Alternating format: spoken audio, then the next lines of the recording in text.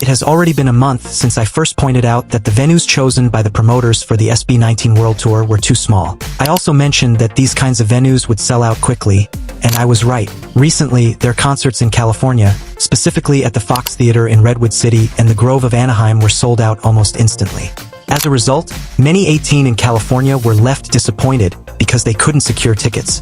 For the past month, I've been wondering why the venues were so small. It makes me wonder whether the promoters truly understand SB19's popularity and whether they are aware of just how large the Ateen fanbase is in the area. The overwhelming demand for tickets proved that the group could have easily filled a much larger venue. If the promoters were merely testing the waters, I don't think that reasoning is valid anymore. In my opinion, they should have booked venues with at least a 3,000 to 5,000 seating capacity. Given the long ticket selling period, these venues would have eventually been filled anyway. I also mentioned in my previous video that the logistical expenses for the tour would remain the same regardless of venue size. The group would still need to travel, eat, and stay in accommodations. So why not aim for a slightly bigger venue to accommodate more fans? It's always better to go beyond expectations rather than fall short. Even if the venue isn't completely sold out, at least more Ateen would have had the chance to see SB19 live.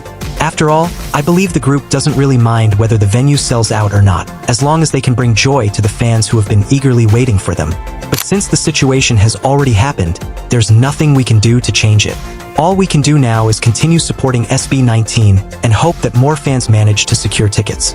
On the bright side, this has given the promoters a clear picture of just how strong SB19's ticket sales are. If SB19 returns in the future, their promoters will now have a better understanding of the appropriate venues for the P-pop kings. Perhaps they were just playing it safe this time, which is why they chose smaller venues. Regardless, the unwavering support from Ateen is truly incredible. Hopefully, everything runs smoothly for SB19's upcoming shows. Since the US venues for this tour are relatively small, it's safe to assume that W3 won't be included in their setlist here. However, we can expect something big in Dubai because for sure they will draw massive crowds there.